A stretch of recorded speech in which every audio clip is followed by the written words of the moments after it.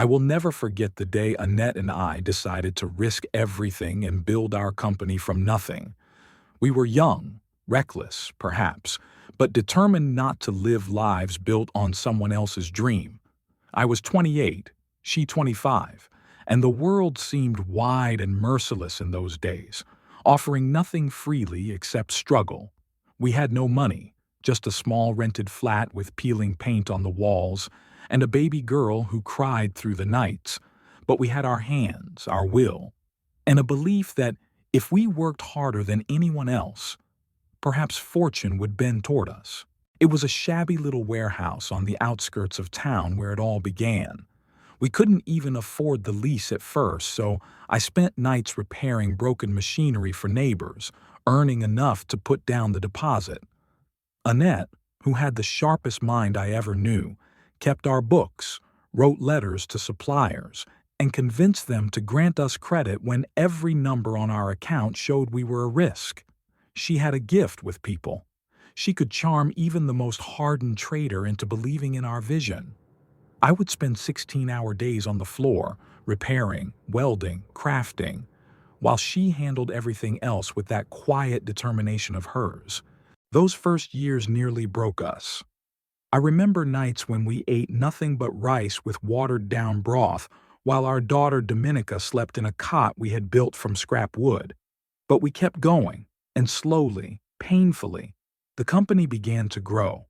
We secured our first real contract, a small one, hardly profitable, but enough to put our name on the map. Then came another, and another. By the time I was in my 40s, our company, once a dream whispered between us in the dark of a cold apartment, had become something respected, something solid. Annette was my partner in everything. She was no saint. We fought, sometimes bitterly, especially when money was scarce, but her loyalty never wavered. We shared one clear rule: the company would remain a family business. We would raise it with our own hands, and one day our children could inherit it if they proved worthy. That was always the condition, if they proved worthy. But Annette did not live long enough to see what became of our family's legacy.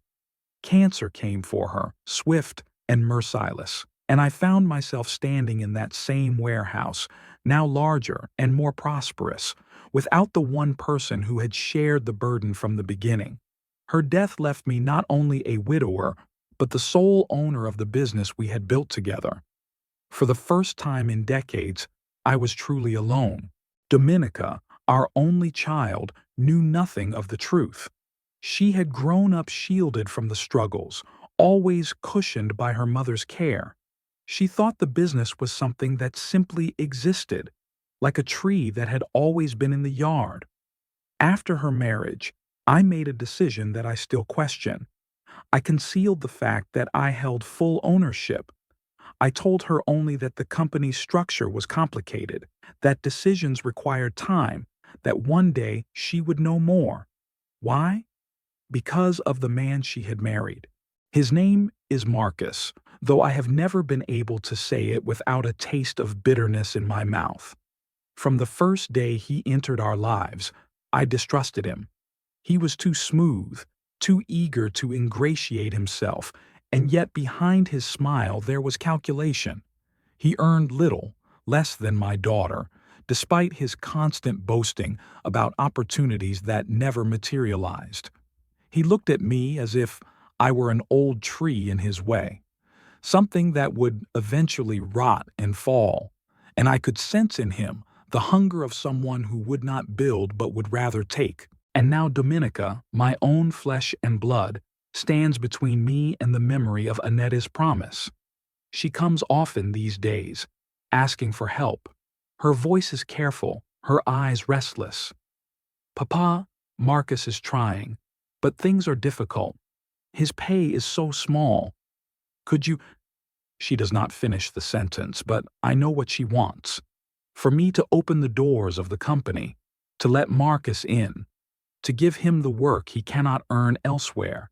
And though my heart aches when I see her struggling, I cannot forget the coldness in Marcus's eyes when he thinks I am not looking.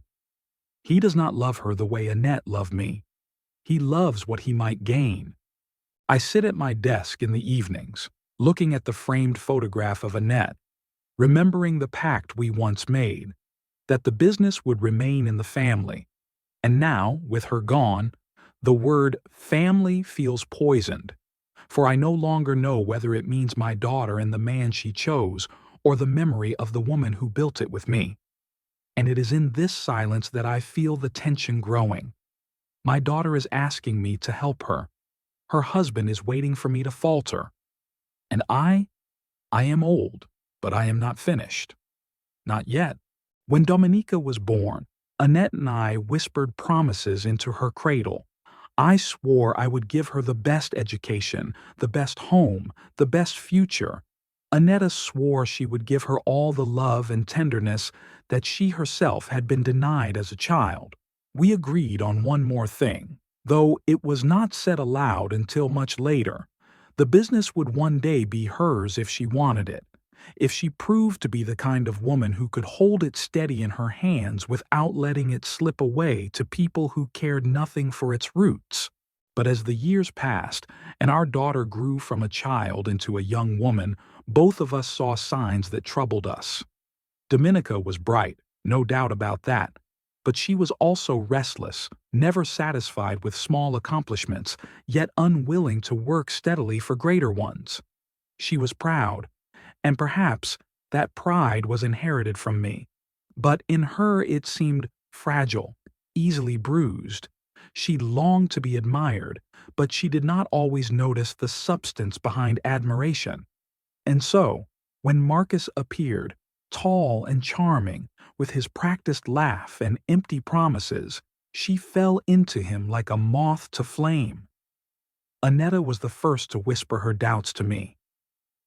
"Carlos," she said one night after Marcus had come to dinner, "he looks at her as if she were a purse with coins in it, not as if she were the love of his life." I tried to soften her judgment then. Maybe he is nervous. Maybe he wants to impress us. But deep down I knew she was right. There was something in his eyes, too sharp, too calculating. He wanted an easier road than the one he was walking. And I feared that if he ever learned what we truly owned, what we had built with our bare hands, he would not stop until he had persuaded Dominica to pry it out of us piece by piece. So we decided on silence. We let her believe what everyone else believed, that I was a senior man at a successful firm, well respected, perhaps even overpaid, but nothing more than a high-ranking employee. We never told her that every wall, every machine, every contract bore the imprint of our labor. We never told her that her name, if she wished, could one day sit proudly on the ownership papers. I remember one Sunday afternoon sitting in the garden, watching her read some glossy magazine about expensive weddings. Annette leaned toward me and said softly, "If we tell her now, Carlos, Marcus will already be making plans in his head. He'll talk her into this and that, and before long she won't be our daughter making decisions. She'll be his voice in our home." I nodded, though my heart ached. Better she think of me only as a manager, safer. And so we kept the truth hidden. We helped her when she asked, paid a bill now and then, gave her advice when she was in trouble, listened when she cried over Marcus's endless money problems. She thanked us, but she was not deeply interested in how we earned what we gave.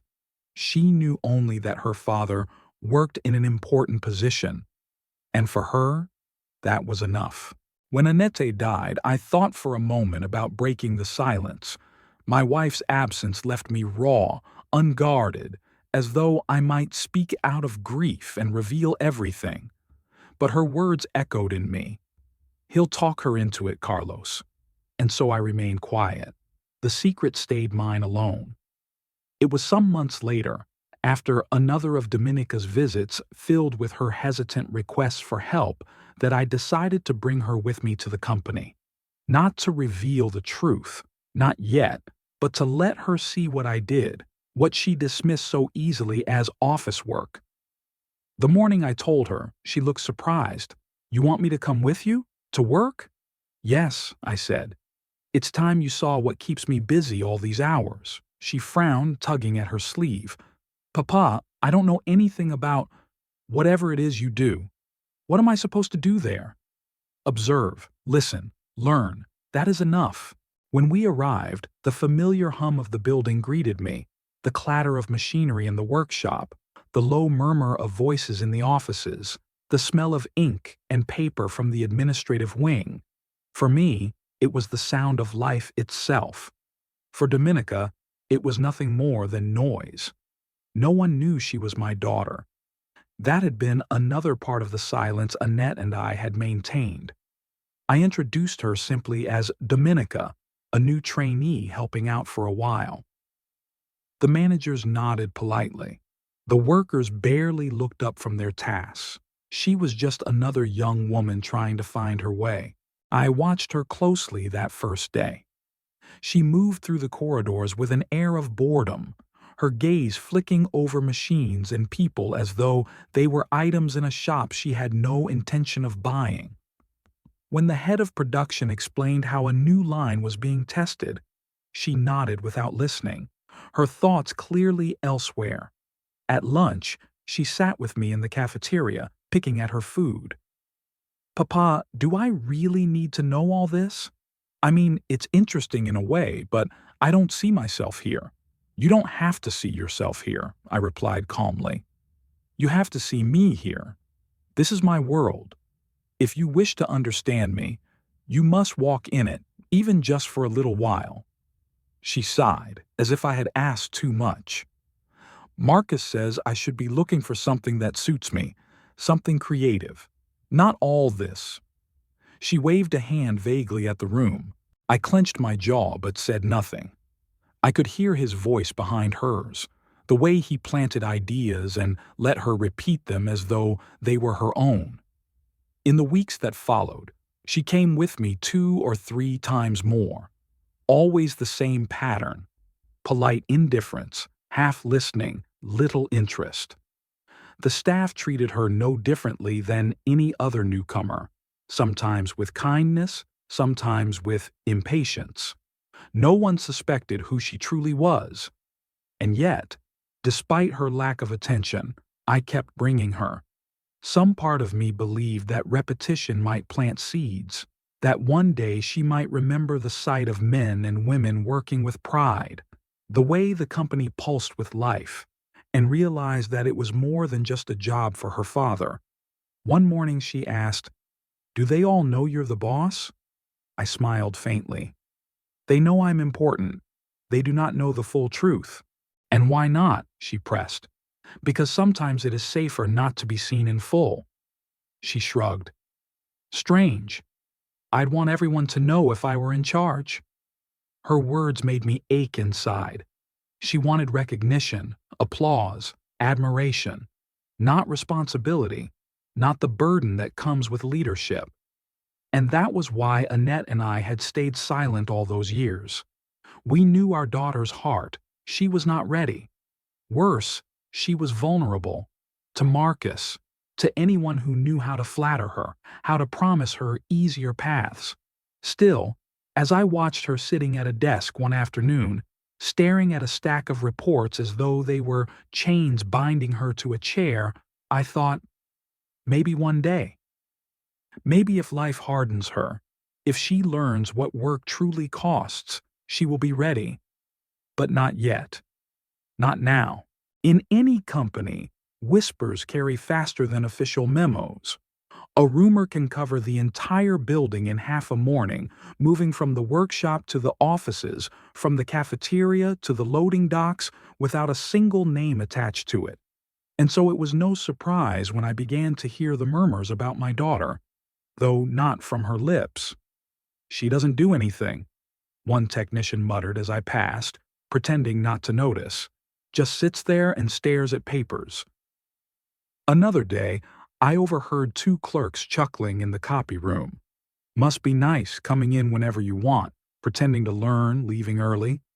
"Trainee, my foot." I said nothing, but inside I felt the sting. I had kept Domenica's identity hidden so she would be judged like anyone else, but judgment is a sharp tool. She was indeed doing little, no tasks completed, no responsibilities taken, and people were starting to wonder why I tolerated it. Then, almost without warning, something shifted. It was on a Tuesday morning when she walked into the office wearing a more serious expression than I had seen in years. Instead of drifting to her usual corner, she asked if she could sit with the head of accounting.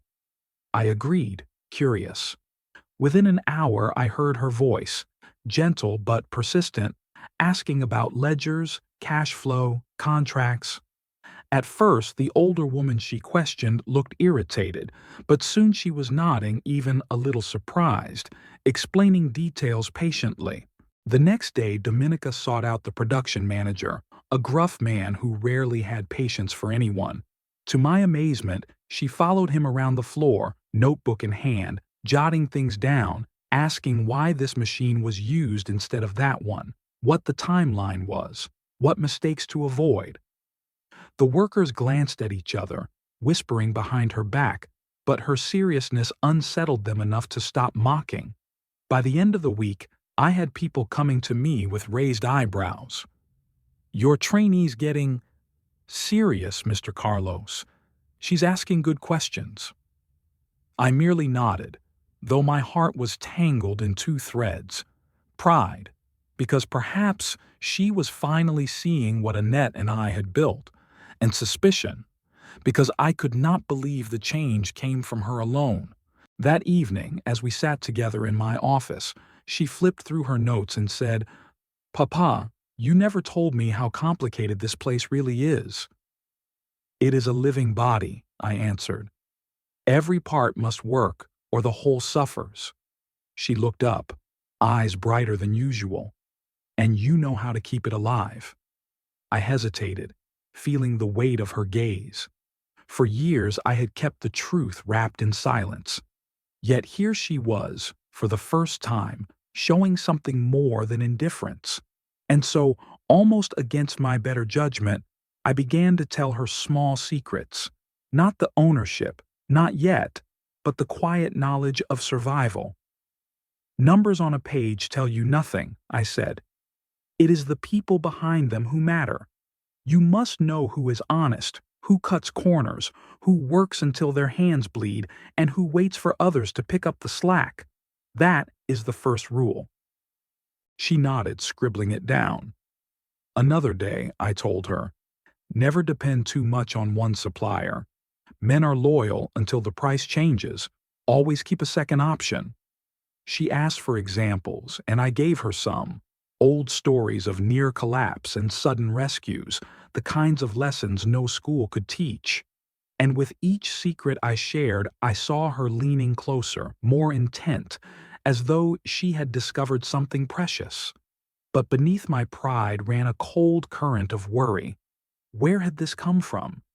Only weeks earlier she had been disinterested, even dismissive. And I knew one thing as clearly as I knew my own name. Marcus did not want her here. He had said it openly at dinners, sneering at the idea of her working among so many men. He preferred her at home, or dabbling in something harmless, something that would not bring attention to her or to himself. So, what had changed? One evening, as I locked my office, I asked her directly, "Dominica, why this sudden seriousness? A few weeks ago, you could barely stay awake when I showed you a balance sheet." She smiled faintly, but her eyes slid away. "Maybe I finally grew up, Papa. Maybe I realized I should know what my father does before it's too late." I wanted to believe her. I wanted to believe she was finally becoming the woman Annette and I had once hoped she might be. But a father's instinct is a stubborn thing, and mine whispered caution. That night, alone at home, I poured myself a glass of wine and sat by Annette's old chair. "Is this her, querida?" I asked the silence. "Is she finding her strength? Or is she carrying Marcus's shadow into our walls?" The walls gave no answer, only the ticking of the clock we had bought when the business was still young. The next days deepened the mystery. She worked longer hours, staying after others had left. She sat in meetings, watching carefully, speaking only when asked. But when she did speak, her questions cut deeper than before. Some managers began to treat her with cautious respect. Yet I noticed something else. When certain men joked around her, she grew stiff, as though remembering Marcus's warnings. Once, when a young engineer offered to walk her to her car, she refused so abruptly that he looked embarrassed. Later, she whispered to me, "Marcus doesn't like me being around so many men here. He says it's not good for a married woman." I felt anger rise in me, but swallowed it. "And what do you think?" I asked. She hesitated. "I think I should listen to him, but I also want to listen to you." Those words cut me more deeply than she knew. To be torn between her father and her husband, as if we were enemies. And perhaps we were. Still, I continued to guide her. Slowly, carefully. I gave her pieces of the map. How to read a contract not just for what it says, but for what it hides. How to measure a man's honesty by the way he treats those beneath him. How to plan for crises years before they come. She listened, wrote, asked. But in the back of my mind, one question grew louder each day. Was she learning for herself or for him? It was early morning, the kind of morning when the factory floor hummed like a restless hive and the smell of coffee mixed with the metallic tang of grease. I had barely settled into my chair, the first papers of the day spread before me, when my assistant, Clara, tapped on the doorframe. Clara had been with me for nearly 15 years, a sharp-eyed woman who missed little.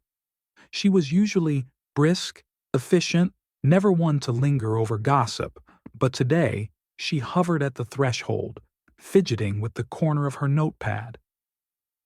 "Carlos," she began, lowering her voice. "I don't know if I should even be saying this. Maybe it's none of my business, but I heard something this morning." The seriousness in her eyes made me put down my pen. "Go on." She stepped inside, shutting the door carefully behind her. "It was your daughter. I was passing the conference room when she was on the phone. She didn't see me. She was talking to a man. Her husband, I think. She said they needed to find a way to become the heads of the company. That if she managed it, Marcus would finally be able to run things too." For a moment I could not breathe. The words echoed in the room like a slap. Marcus, head of the company. Clara continued, her voice uneasy. She sounded determined, but not in her own way. It was as if she was repeating someone else's plan. I leaned back in my chair, staring at the ceiling. So it was true.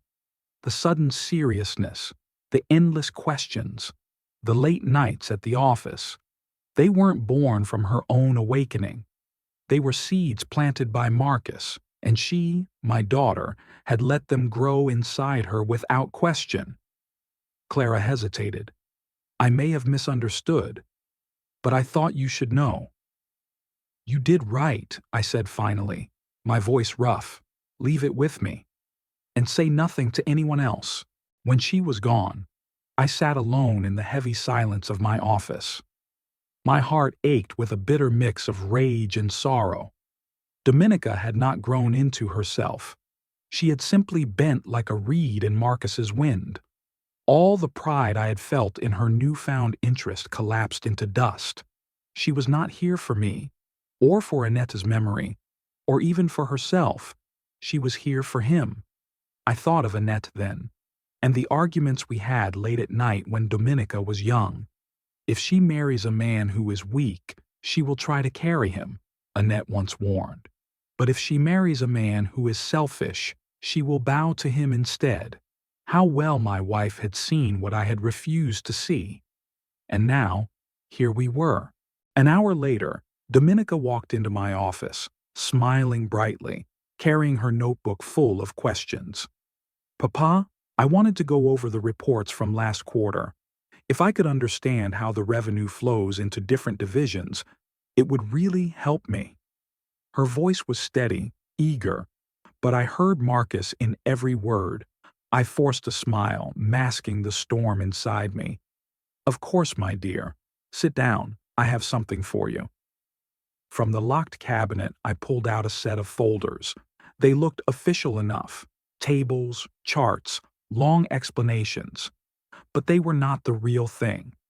I had prepared these years ago as training exercises for junior managers. The numbers were false, the patterns misleading, the contracts empty shells. They were convincing at first glance, but useless for anyone trying to wield power. I slid them across the desk. These are confidential documents. Study them carefully. They will tell you much about how this company works. Her eyes lit up, and she took them with reverence, as though I had handed her the keys to a kingdom. Thank you, Papa. I'll go through them tonight. Do that, I said softly. When she left, clutching the fake reports to her chest, I leaned back and closed my eyes. If she truly wanted to learn for herself, she would come back with questions that proved she had seen through the deception.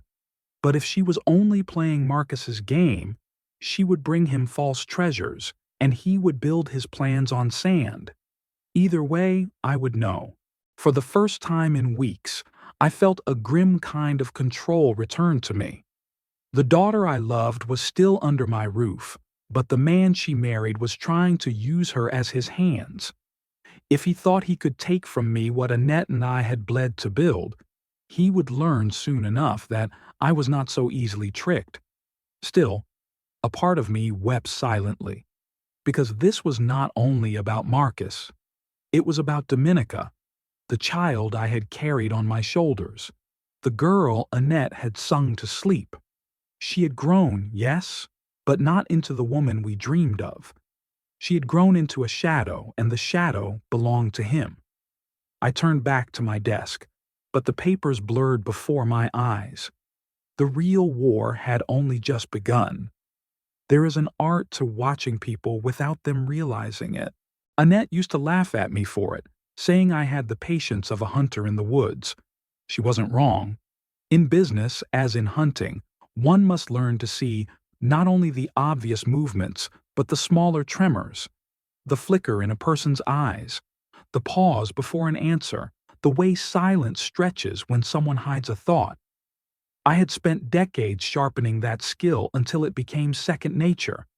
Now, for the first time, I turned it upon my own daughter. After Clara's warning, after hearing that Dominica was plotting not for herself but for Marcus, every gesture of hers became suspicious. I no longer saw her as a curious novice learning the ropes. I saw her as a messenger carrying another man's ambitions into my office. And so, quietly, carefully, I began to monitor her. Not openly. Never that. A father's suspicion must remain invisible if he wishes to learn the truth. At first she carried herself as before, smiling, asking questions, feigning diligence. But now that I studied her with sharper eyes, I began to notice details I had ignored. Her notebook, for instance. She wrote down what I said, yes, but often her notes were exaggerated, dramatized. Father confused about contract terms, I once glimpsed scrawled between lines of actual numbers. It was not what I had said, nor what I had meant. She was rewriting events to suit a narrative I did not recognize. Another time, during a meeting with department heads, she accidentally interrupted me, speaking over my words as if she had misunderstood the cue. The first time, I let it slide. The second time, I corrected her gently, earning polite chuckles from the room. But by the third and fourth, it was clear she was not making mistakes. She was creating them. Each interruption chipped away at the image of authority, making me seem old, distracted, forgetful. And she did it with a smile so sweet, so innocent, that anyone watching might believe it was mere inexperience. But I knew better. One morning, she misplaced a set of files I had asked her to bring to the boardroom. "I must have left them on the wrong desk," she said. laughing nervously. The managers waited awkwardly while she scrambled around, pretending to search. I had the documents in my drawer already, of course. I had learned not to rely on her. Still, I let her continue for a few minutes, watching how her fumbling drew sighs and glances, as though my office could no longer be trusted to manage something so simple. Finally, I retrieved the documents myself and continued the meeting, my face a mask of patience. Later, I overheard her on the phone, speaking softly in the corridor. Yes, he looks so lost. No, I don't think he noticed. Don't worry, Marcus. It's going just like we planned. Planned. The word cut through me like a blade. From that day, I understood. These accidents were no accidents at all. They were pranks, small humiliations designed to make me appear weak in front of others. And Dominica, my daughter, was carrying them out with the quiet obedience of a soldier following orders. It would have been easy to confront her, to slam my hand on the table and demand answers. But rage is a weapon best used sparingly. Instead, I chose another path. I played along. When she stumbled over words in front of the staff, I let my silence stretch, making it seem as though I were distracted or weary. When she forgot to bring the right charts to a review, I acted as though it were no great matter, as if I were too tired to notice. When she misrepresented my instructions, I gently corrected her, letting the staff believe that perhaps I had not been clear to begin with. Each small concession painted me weaker in their eyes, but not so weak as to be dismissed, just enough to lure her into thinking her tricks were working. Because if she believed I was blind, she would grow careless. And in her carelessness, she would reveal not only herself but Marcus as well. Still, the act weighed heavily on me. There were moments, after a meeting or a deliberate humiliation, when I sat alone in my office with my fists clenched, my jaw aching from the effort of restraint, to see my own flesh and blood smirk behind her hand after accidentally undermining me. It was a cruelty I had not imagined. I had always thought betrayal would come from strangers, rivals, perhaps even old friends, never from the daughter Annette and I had raised with such hope. And yet, every evening when she left, I reminded myself this was not truly her voice. It was Marcus's. He was the puppeteer. She was the string. If I was to save her from him, I needed to play his game long enough to understand it. I began keeping my own notes, not unlike hers. In a locked drawer, I recorded each incident in detail: the misplaced files, the interruptions, the subtle digs at my memory or clarity. A record of her campaign, though she did not know it. One day, those notes might serve as proof, either to expose Marcus or to show Dominica the truth of what she had been doing. And as I played along, I also began to test her. I fed her false instructions in private, watching to see whether they reappeared in her mistakes. Once I told her that a certain contract had been canceled, though it had not. 2 days later, she announced in a meeting that the deal was off, looking at me with feigned innocence when I contradicted her. The staff murmured, confused, and I smiled quietly to myself, for now I knew. She was reporting everything I said to Marcus, twisting it into weapons against me. Another time, I handed her a folder of deliberately mismatched figures, exercises I used to give to trainees years ago. She studied them intently, and the next morning repeated the errors in front of others, as though to prove my incompetence. But those errors were not mine. They were hers, chosen and delivered by her own hand. The more she acted, the clearer her role became. She was no longer my daughter in these halls. She was Marcus's proxy, sent to chip away at me until the edifice crumbled and he could stride in to claim the ruins. Yet even as I watched her betray me, a strange sadness clung to me. For in her face, in the tilt of her head, in the stubborn set of her jaw, I still saw Annette. I still saw the child who once ran barefoot through our garden, laughing as she carried armfuls of wildflowers to her mother. How had that child grown into this woman, willing to wound her father for a man's ambition? The answer was simple. She had never grown at all. She had only bent. And so I bent too. Every day I let her think she was winning. I let her pranks take root in the minds of others. I allowed my image to weaken, to fade. Not too much, not too fast, just enough to reassure her, to reassure Marcus that their plan was working. At night, alone, I plotted the day when the mask would fall. For now, I was the old man fumbling with papers, the weary boss whose memory slipped, the father out of his depth. But beneath that mask, I was still Carlos, the man who had built this company from dust with Annette at his side, who had survived decades of storms, betrayals, and losses. And if Marcus thought he could topple me with such petty tricks, he had yet to learn the truth. That I had been playing this game far longer than he had even been alive. For now, I let my daughter play her role. But the board was mine, and the pieces were moving where I placed them. Raphael's words stayed with me long after he left my office. My daughter had asked the accounting department for a salary. It was not the request itself that stunned me. Every worker deserves to be paid, but the brazenness of it. Barely a few weeks had passed since she first set foot in the company, and already she wanted money, and not from me directly, but through the formal channels, as though she were an equal among men and women who had given years of their lives to this place. Worse still, she had asked not only for pay going forward but for back wages, as if her brief hours of wandering the halls and misplacing papers had been some great service worthy of retroactive reward. I sat there for a long time after Raphael left, staring at the neat rows of folders on my desk. The rage that threatened to rise was not only because of her arrogance, it was because I could hear Marcus in every syllable. He had been in her ear again, whispering his hunger into her head. "You are working. You should be paid. Why should your father keep everything?" For Marcus, this was not about her earning a wage. It was about him drawing the first trickle from a well he had not dug.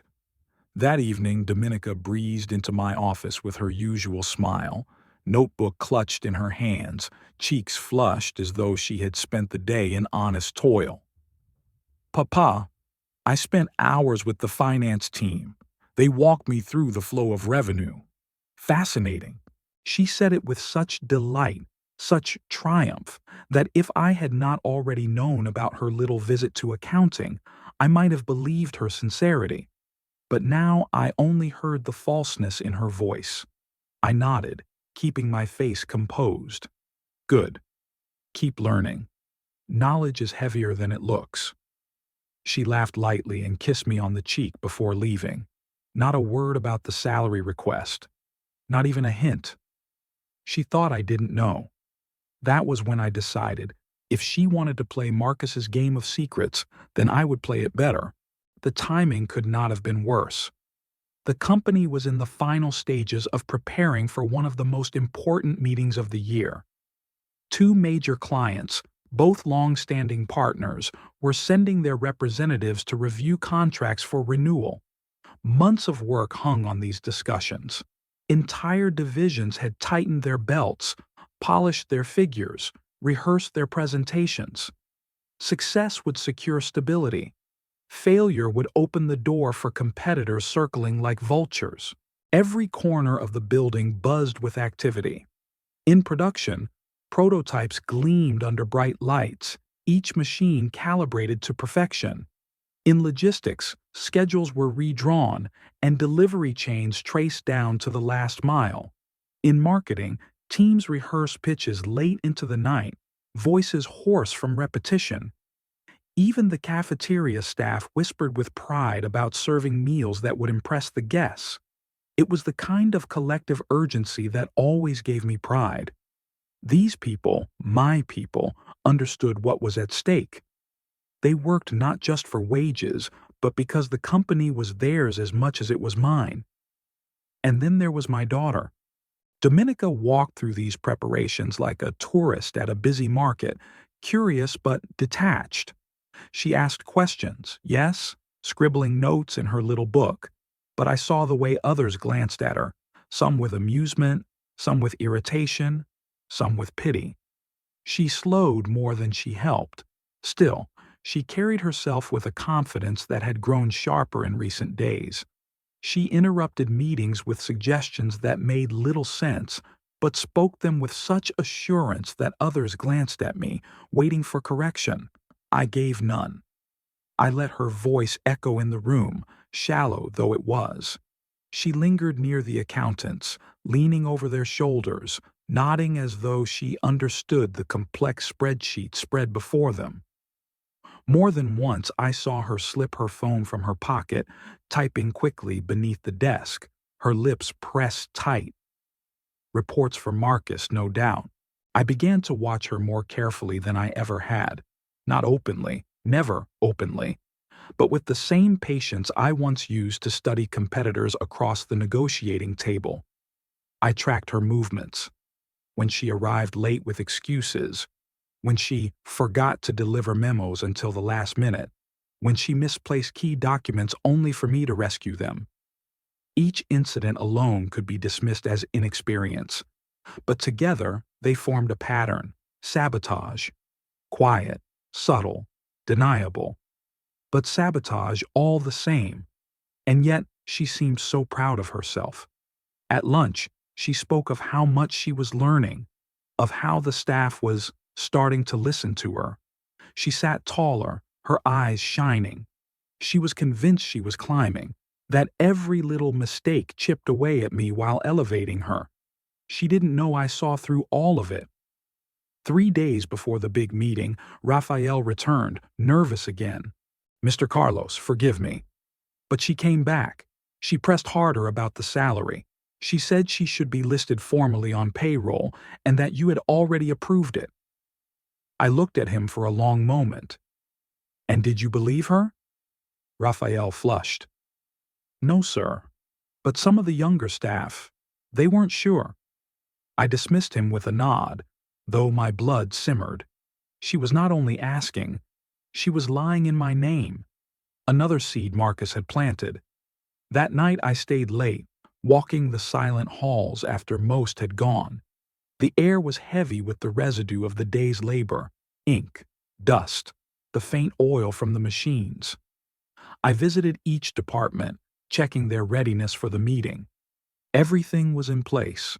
When I returned to my office, I found her there. Dominica. She was sitting in my chair, her hands resting on the arms as if they belonged to her. She looked up, startled, then smiled. "Papa, you scared me." "What are you doing here?" I asked softly. She laughed, just imagining what it would feel like to sit here, to be the one making the final decisions. She said it lightly, but there was a hunger in her eyes I had not seen before. She was not joking. She was dreaming. "It is not as easy as it looks," I told her. "I know." She stood, smoothing her blouse. "But I'm learning. I'll be ready when the time comes." She walked past me, her perfume lingering, her words echoing long after she had gone. Ready for what? Ready for whom? I sat in the chair she had just vacated, staring at the darkened window. For a moment I saw Annette's reflection there beside me, her face calm, her eyes sad. "You see what she is becoming," I whispered. "But can I stop it? Or must I let her walk into the trap until she sees it herself?" The silence offered no answer. The final days before the meeting were a blur of preparation. Staff rehearsed until their voices cracked. Designers polished presentations until every slide gleamed.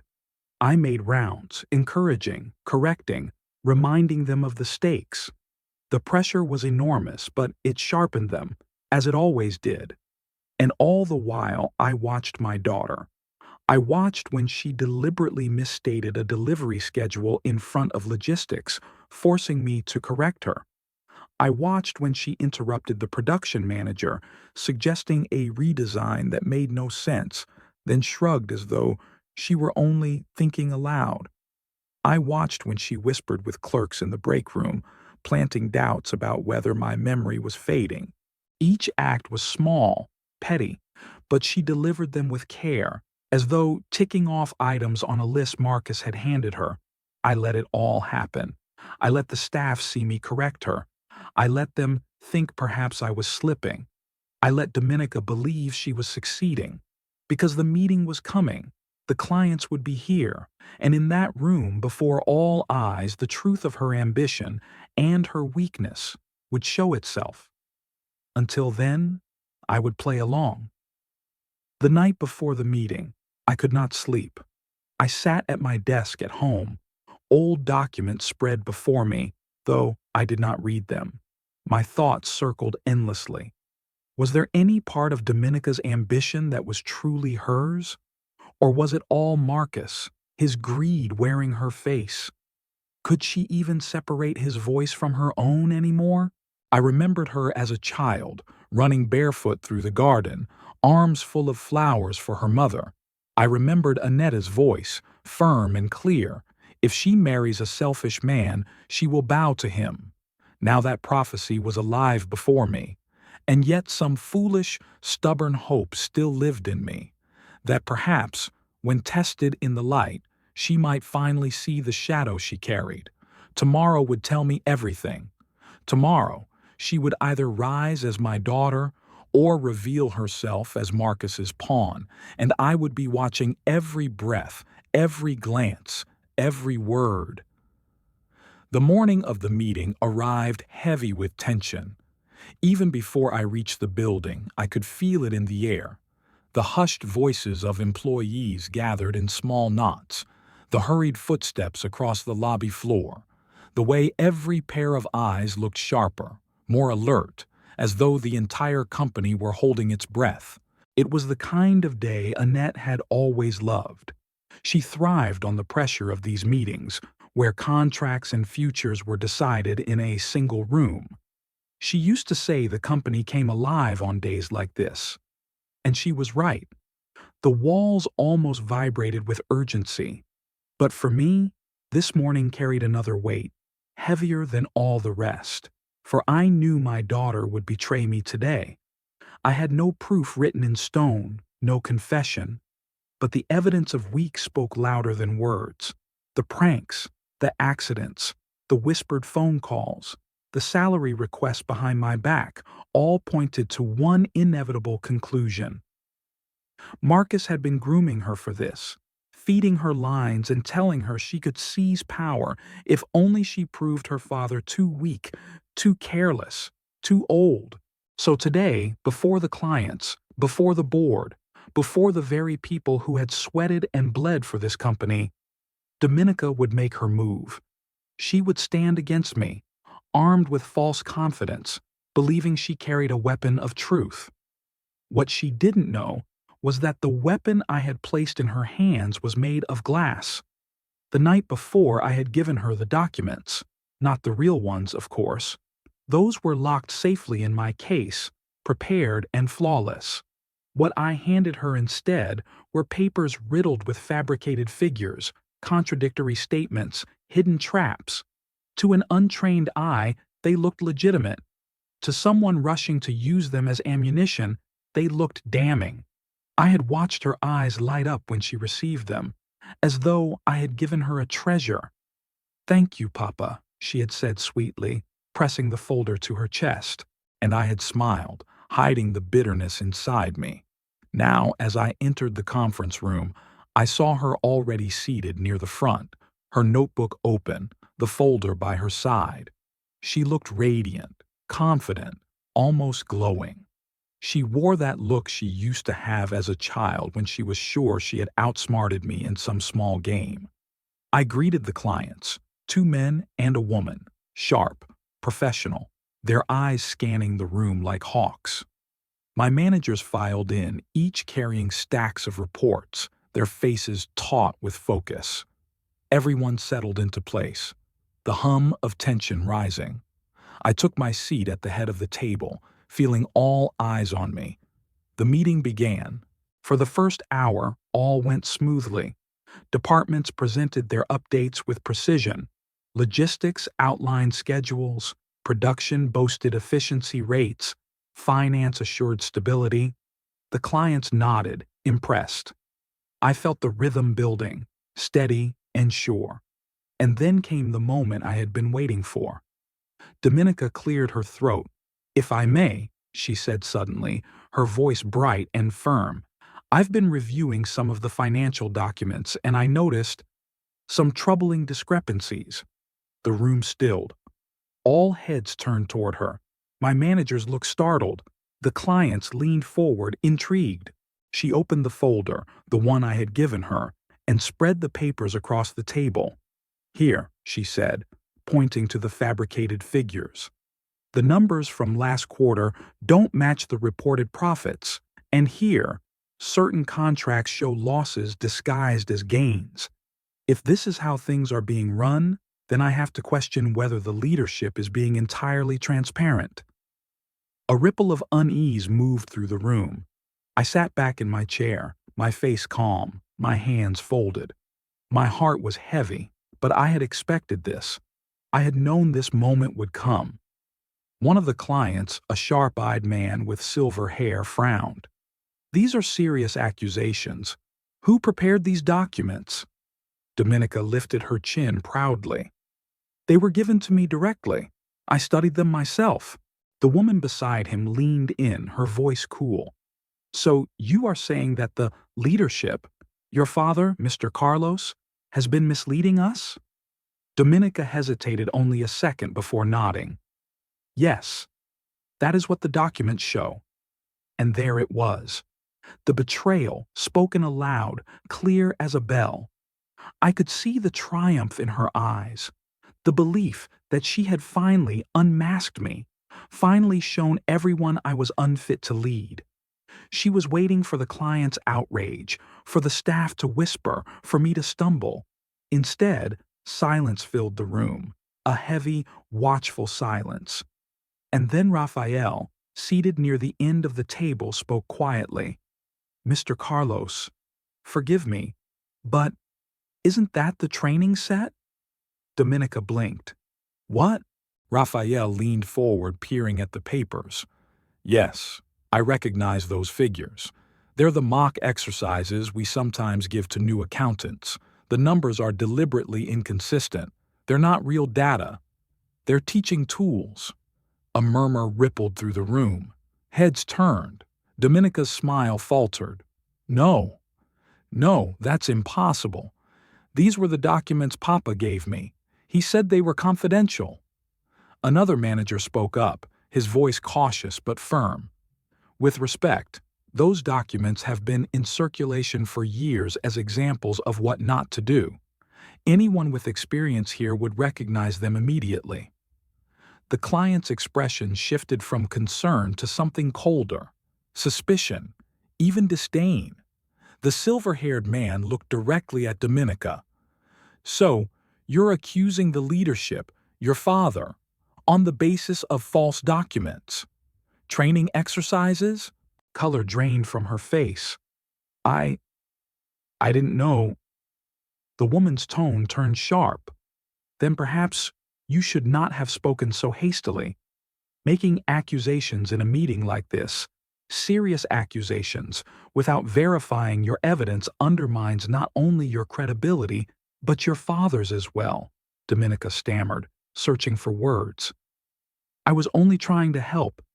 But her voice was drowned out by the murmurs spreading across the room, the exchange of glances, the subtle shake of heads. I let the silence linger, heavy and damning. Then I leaned forward, my voice calm, measured. "My daughter is new here," I said. "She is still learning. If she mistook training documents for the real thing, the blame is mine." I should have made the distinction clearer. The words were gentle, but they struck her harder than any rebuke. She turned toward me, eyes wide with shock. For I had not only let her trap spring, I had taken the blame upon myself, framing her as inexperienced, naive, Foolish. The clients relaxed, satisfied. The tension in the room eased. The meeting continued. The true reports presented. The contracts negotiated. My managers regained their confidence, their voices strong once more. Slowly, the rhythm returned, steady and sure. But Dominica sat in silence, her face pale, her hands trembling as she gathered the false papers. When the meeting ended hours later, the client shook my hand warmly, praising the company's transparency and resilience. The contracts were signed. Success was ours. The staff left buzzing with relief, congratulating one another, already planning the celebration. And still my daughter sat there, staring at the papers in her hands, as though they had turned to ash. Finally, when the room was empty, she looked at me. Her voice was a whisper. "Papa, why did you give me those documents?" I met her eyes, letting her see the weight of my disappointment. "Because I needed to know whether you were studying for yourself or for someone else." Her lips parted, but no words came. I stood, gathering my real reports, sliding them into my case. "You wanted to accuse the owner of this company. Today, you did. And now, you know who the owner is." Her breath caught. Her eyes widened in shock, as though she had only now understood what everyone else already knew. "Yes, Dominica," I said softly. "This company is mine. Your mother and I built it from nothing. Every wall, every desk, every machine bears the weight of our labor. And today, in front of clients, in front of staff, you accuse me of betraying it." Tears welled in her eyes, but I did not waver. "You wanted to help Marcus. You wanted to weaken me. Instead, you revealed yourself. And now everyone knows exactly how ready, or unready, you are." I closed my case and walked toward the door. Behind me, I heard her whisper, broken and trembling. "Papa, I didn't mean—" But the words dissolved into silence, and for the first time, she understood the cost of her betrayal. The building was quiet after the meeting. Staff had left in groups, their voices fading into the night, laughter breaking through the tension of the day. Contracts were signed, futures secured, and for most, the only thing left was to celebrate a hard-won victory. But for me, there was no celebration. I walked the long corridor to my office with slow, deliberate steps, my case in hand, my thoughts heavy. Behind me, I could hear the faint shuffle of footsteps, my daughter's. She had followed me silently from the conference room, her notebook clutched against her chest, as though it could shield her from what had just happened. When I opened my office door, I did not invite her in. I simply walked inside, placed my case on the desk, and began removing the real reports. I stacked them neatly, aligning the corners, keeping my movements calm. At last, I looked up. She was standing in the doorway, her face pale, her eyes rimmed with red. "Come in," I said quietly. She stepped inside, closing the door behind her. The sound of the latch falling echoed like a sentence passed. For a long moment, neither of us spoke. The silence stretched, filled only by the hum of the overhead light. Finally, she broke it. Her voice was small, almost childlike. "Papa, why didn't you tell me? Why didn't you tell me that you were the owner?" I studied her face, the face that carried traces of Annette's gentleness and my own stubbornness, the face of the girl who had grown into a woman without truly standing on her own. "Because," I said slowly, "I know my daughter, and I know her husband." Her lips parted, but no sound came. I leaned back in my chair, folding my hands. "Your mother and I built this company from nothing. We gave our youth, our sweat, our very souls to it. When she died, it became mine alone. But it was never a secret meant to punish you, Dominica. It was a shield. I kept it from you because I feared exactly what happened today. that Marcus would see this company not as my life's work, but as a prize, and that you, in your eagerness to please him, would carry his ambitions into these walls. Her eyes glistened. I didn't mean to. Yes, you did, I interrupted gently but firmly. Not out of malice, not out of hatred, but because you bend too easily to him. You are my daughter, Dominica, but you're also his wife, and he knows how to play you like an instrument. He knows how to make his voice sound like your own thoughts. Today, when you stood and accused me before clients, do you think those words came from your heart? They came from his lips, carried through you. She lowered her gaze, clutching her notebook tighter. I wanted him to be proud of me. My chest tightened at those words. They were not spoken with defiance, but with aching honesty. Dominica, I said softly, a husband should love you for who you are, not for what you can take from others for him. If he only praises you when you serve his ambitions, then he does not love you as he should. He uses you. And today, you let yourself be used against your own blood. Tears spilled down her cheeks. She brushed them away angrily. I didn't see it. I thought I was finally proving myself. I thought I was helping. I nodded slowly. That is why I never told you. Because I knew Marcus would twist the truth into a weapon, and he did. He convinced you that learning about the company was about strength, when in truth, it was about weakening me. He made you believe betrayal was loyalty. And I paused, my voice tightening. You believed him, because it was easier than standing alone. She sank into the chair opposite me, her shoulders trembling. I'm so sorry, Papa. I didn't realize what I was doing. For a long moment, I let her cry. Not because I took pleasure in her pain, but because I knew the lesson had to cut deep enough to stay. When her sobs quieted, I spoke again, my voice softer. Dominica, do you know what hurt the most today? Not that you accused me, not that you embarrassed me before the clients. What hurt was that you did not even stop to ask me.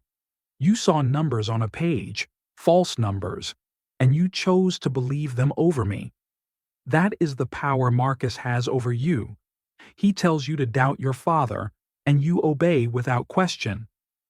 She raised her eyes, swollen and red. Then what should I do? I feel trapped. If I go against him, he'll say I'm disloyal. If I go against you, I feel like I'm betraying everything you gave me. I leaned forward, my voice firm. You must learn to be your own woman. Not my pawn, not his pawn, your own. Until you stand on your own feet, you will always be swayed by whichever voice shouts louder. And right now, Marcus shouts the loudest. She bit her lip, her hands trembling. I thought I was strong. You're not weak, I said, but you are pliable. And strength without conviction is nothing more than softness waiting to be shaped. For a while, silence filled the room again. She stared down at her notebook, then slowly set it aside, as if realizing it had been nothing more than a mirror reflecting Marcus's ambitions. At last, she whispered, I don't want to be his puppet anymore.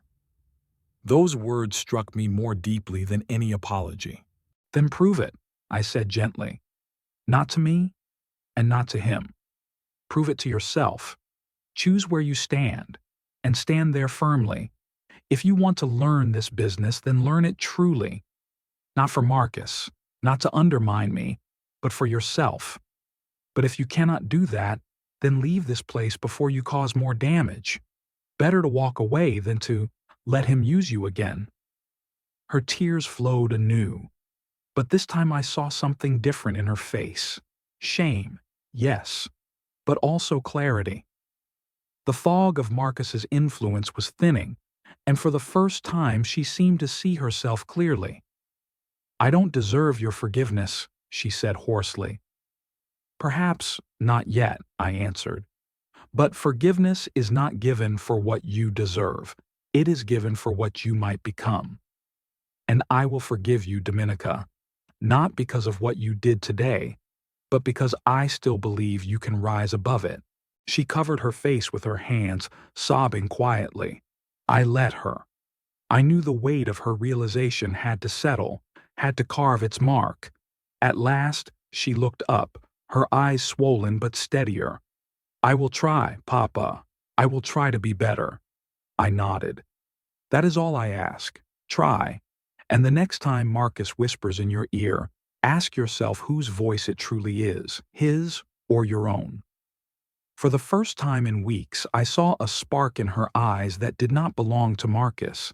It was small, fragile, but it was hers.